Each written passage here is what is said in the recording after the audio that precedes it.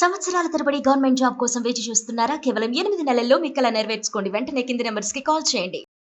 Passion అనగానే within milli సెకండ్స్లో నాకు ఒక వ్యక్తి స్ట్రైక్ అయ్యారు.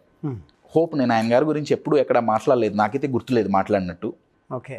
కర్ణాటకలో హుబ్లీకి దగ్గరలో గదగ్ అని ఒక ప్రాంతం. గదగ్ ఆ ప్రాంతంలో ఆ చుట్టుపక్కల గ్రామాల్లో పుట్టిన వ్యక్తి ఆయన. చాలా చిన్న వయసులో, ఆ రోజుల్లో ఫస్ట్ టేప్ రికార్డర్ క్యాసెట్లు వచ్చిన రోజులు. చాలా ఇప్పుడు లేరు ఆయన. ఆ ఒక క్యాసెట్లో ఒక పాట విన్నాడండి ఆ వ్యక్తి, చిన్న పిల్లగాడు. పాట విని ఆయన అన్నారు, పాట పాడితే ఇట్లానే పాడు, ఈయన ఎక్కడ దొరుకుతాడు. అప్పుడు గూగుల్ లేదు, ఏమీ లేదు. నెక్స్ట్ మార్నింగ్ ఆయన ఇల్లు వదిలేసి పారిపోయాడు. అంటే మ్యూజిక్ అంటే అంత ప్యాషన్ అన్నమాట. అంటే అందరినీ ఇల్లు వదిలేసి పారిపోమని చెప్పాడు. ఇల్లు వదిలి పారిపోయాడు. ఆయనకు ఎవరో ఏదో చెప్పారేంటంటే ఆయన నార్త్ ఇండియాలో దొరుకుతాడు, ఆయన నార్త్ ఇండియన్, సౌత్ ఇండియన్ కాదు. ఆయన ప్రతి సిటీ తిరగడం మొదలుపెట్టాడండి. గ్వాలియర్ వెళ్ళారు, కోల్కత్తా వెళ్ళారు, ఇంకో చోటికి. ఆయన దొరకలే కానీ ఆయన శిష్యులు ఈయనకు దొరికారు. వాళ్ళ ఇళ్లల్లో ఈ అబ్బాయి పనివాడికి చేరి, పని చేసినందుకు డబ్బులు ఎంత కావాలంటే, నాకు డబ్బులు వద్దు, సంగీతం నేర్పండి. తినటానికి తిండి పెట్టండి, డబ్బుల బదులు నాకు సంగీతం నేర్పండి. మీకు ఏ పనైనా చేస్తా, నాకు మాత్రం సంగీతం నేర్పండి. ఇలా ఇంటి నుంచి పారిపోయి ఇళ్లల్లో పనివాడిగా, మెయిడ్గా చేసి, సర్వెంట్గా చేసిన ఈ పిల్లగాడు భారతరత్న వరించింది ఆయన్ని. అంత పెద్ద సింగర్ అయ్యాడు. ఆయన ఎంత పెద్ద సింగర్ అయ్యారంటే, ఎంతోమంది గ్రేట్ సింగర్స్ ఉన్నారండి. అయితే ఈయన గారి గురించి చెప్పేటప్పుడు ఏం చెప్తారంటే, ఈయనకి రాగాలు సిద్ధించినాయి అంట. అవునవును. నా పేరు చెప్తే నన్ను నేను ఆపుకోలేను. One and only legendary Pandit Bhimsen Joshi, the greatest singer I feel. ఇప్పుడు లేరు, చనిపోయారు, చాలా సంవత్సరాలు అయిపోయింది. బట్ ఆయన్ని గవర్నమెంట్ ఆఫ్ ఇండియా భారతరత్నతో సత్కరించింది. If anyone doesn't know about him, ఆయన సినిమాల్లో చాలా తక్కువ ఆయన పాడింది. Pure classical Hindustani music. నేను ఎగ్జాంపుల్ ఎందుకు చెప్తున్నానంటే, ఆయన గారిది ఇక్కడ, ఆయన అనుకున్నది చెయ్యటానికి ప్యాషన్కి, విల్ పవర్కి సంబంధం ఏంటంటే, నేను అనుకున్నది చెయ్యటానికి వెళ్ళేటప్పుడు డిస్ట్రాక్షన్స్, టెంప్టేషన్స్ కోకొల్లలు వస్తాయి. కొన్ని 100,000 వస్తాయి. ఎక్స్పెషల్లీ నాకు వద్దు అన్నప్పుడే కనిపిస్తాయి. నేను స్వీట్ తినకూడదు అనగానే ఇంట్లో ఎవడో స్వీట్ బాక్స్ ఇస్తాడు. That's the beauty of life. So ఎప్పుడైతే ప్యాషన్ ఉంటుందో, ప్యాషన్ అంటే ఏంటంటే పని మీద జస్ట్ ఇంట్రెస్ట్ కాదండి, ఆ పని అంటే పిచ్చి. నేను యోగా చేయాలి, నేను ఎక్సర్సైజ్ చేయాలి. ఒకటి ఐ కెన్ డూ ఇట్ అండి. ఐ కెన్ డూ ఇట్ అంటే నేను చెయ్యగలను, అదొక ఇంట్రెస్ట్ అంతే. బట్ విల్ పవర్ అంటే ఏంటంటే ఐ విల్ డూ ఇట్. చాలా మందికి తెలుసు వాళ్ళు చెయ్యగలరు అని, కానీ ఐ కెన్ డూ ఇట్ నుంచి ఐ విల్కి ఎందుకు రాదు అంటే మధ్యలో విల్ పవర్ లేదు. ఆ విల్ పవర్ ఎందుకు లేదు అంటే ఆ పని ప్యాషనేట్గా లేదు. ప్రతి గోల్ ప్యాషనేట్గా ఉండదండి, ప్రతి గోల్ ప్యాషనేట్గా ఉండదు, అది జస్ట్ ఇంట్రెస్ట్. కానీ passion is a very next level అండి. క్రియేట్స్ అండ్ అది కన్సిస్టెన్సీని మెయింటైన్ చేయగలిగితే వెరీ పవర్ఫుల్ వర్డ్ సార్. ప్యాషనేట్గా ఉన్నవాడు కన్సిస్టెంట్గా ఎఫర్ట్స్ పెట్టగలుగుతాడు. ఎందుకు పెట్టగలుగుతాడయ్యా అంటే ఆ వాల్యూ ఏంటో తెలుసు. ప్రోలో P is passion, R is resilience అంటే కొన్ని తట్టుకోవాల్సి ఉంటుందండి లైఫ్. కండిషన్స్, పరిస్థితులు, చేతులు జారిపోయినప్పుడు, చేజారిపోయినప్పుడు అక్కడ మనం చేయటానికి ఏముండదు, తట్టుకొని నించోవటం తప్ప. రెసిస్టెంట్ నేచర్ని డెవలప్ చేసుకోవాలి. దాన్ని రెసిలియన్స్ అంటాం. రెసిలియన్స్ అంటే ఇప్పుడు గ్లాసెస్లో బుల్లెట్ ప్రూఫ్ గ్లాసెస్ అని వస్తాయి కదా, బుల్లెట్లు తగులుతున్నా కానీ గ్లాస్కి ఏం కాదు. ఇప్పుడు వీళ్ళు గవర్నమెంట్ అఫీషియల్కి, ఇప్పుడు ప్రధానమంత్రి గారు కానివ్వండి, చీఫ్ మినిస్టర్ గారు కానివ్వండి, వీళ్ళ కార్లన్నీ బుల్లెట్ ప్రూఫ్.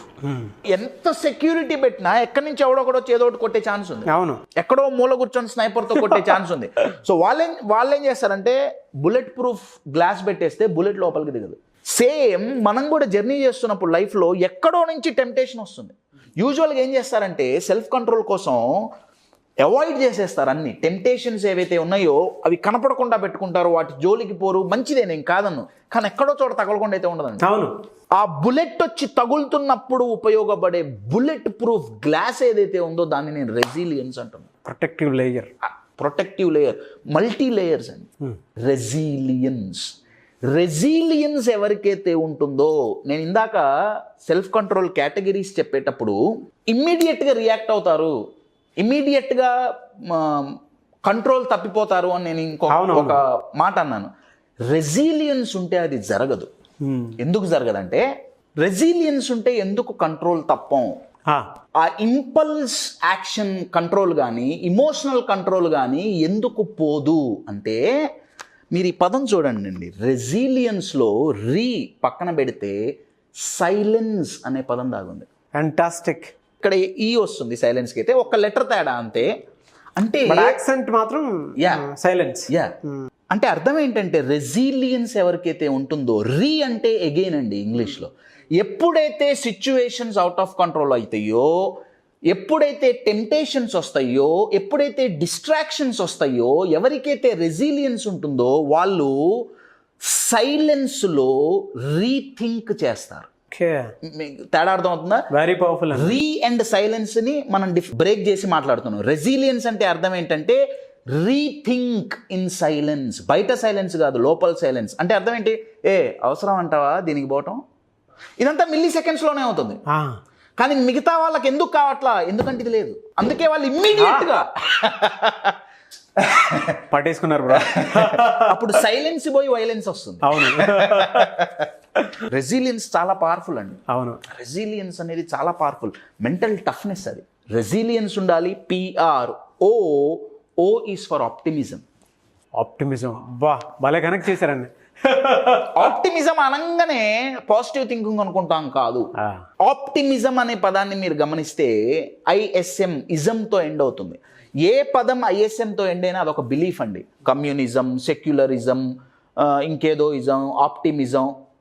ఏ ఇజం అంటే బిలీఫ్, అంటే వాళ్ళు ఒక సెట్ ఆఫ్ బిలీవ్స్ అండ్ రూల్స్ను వాళ్ళు నమ్ముతున్నారు. సెక్యులరిజం అంటే ఒక బిలీవ్స్, కమ్యూనిజం అంటే ఒక బిలీఫ్. ఆప్టిమిజం అంటే ఆప్టిమల్ బిలీఫ్ అండి. ఆప్టిమల్ అంటే ఎంత ఉండాలో అంత. ఆప్టిమిజం అంటే ప్యూర్ పాజిటివ్ థింకింగ్ కాదు. బాగా గుర్తుపెట్టుకోండి, ఆప్టిమిజంకి పాజిటివ్ థింకింగ్కి చాలా చాలా డిఫరెన్స్ ఉంది. అవును, ఆప్టిమిజం అంటే ఆప్టిమల్ బిలీఫ్, ఎంతవరకు నమ్మాలో అంత నమ్మటం, ఎంతవరకు పాజిటివ్ థింకింగ్ ఉంచుకోవాలో అంతవరకు.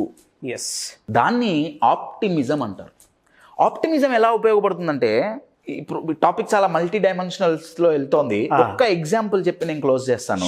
అంటే ఇక్కడ ఈ ఆప్టిమిజం అనేది ఎందుకు ఇంత ఇంపార్టెంట్, ఆప్టిమిజం ఉన్న వాళ్ళ మైండ్ సెట్ ఎలా ఉంటుందంటే, పాజిటివ్ నెగిటివ్ అని మనం మాట్లాడుతుంటాం కదా. అవును, ఇంకొంచెం స్పిరిచువల్గా మాట్లాడాలంటే పాపం పుణ్యం అని మాట్లాడుతుంటాం కదా, రైట్?